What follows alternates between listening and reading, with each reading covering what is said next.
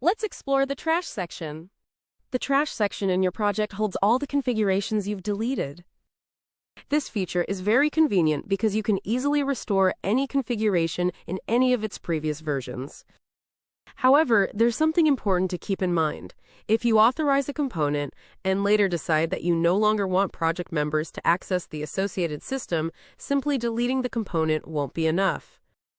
That's because anyone can restore the configuration from the trash, and it will still be authorized. To fully revoke access, you'll need to use the Delete Forever option.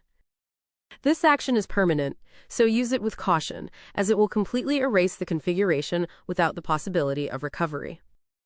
Let's take a closer look at how this works in Keboola. The trash section is accessible via the trash icon. Here, you'll find all the configurations you've deleted. Each configuration can be restored by clicking the arrow icon. Alternatively, you can permanently delete a configuration or empty the entire trash by clicking the red button.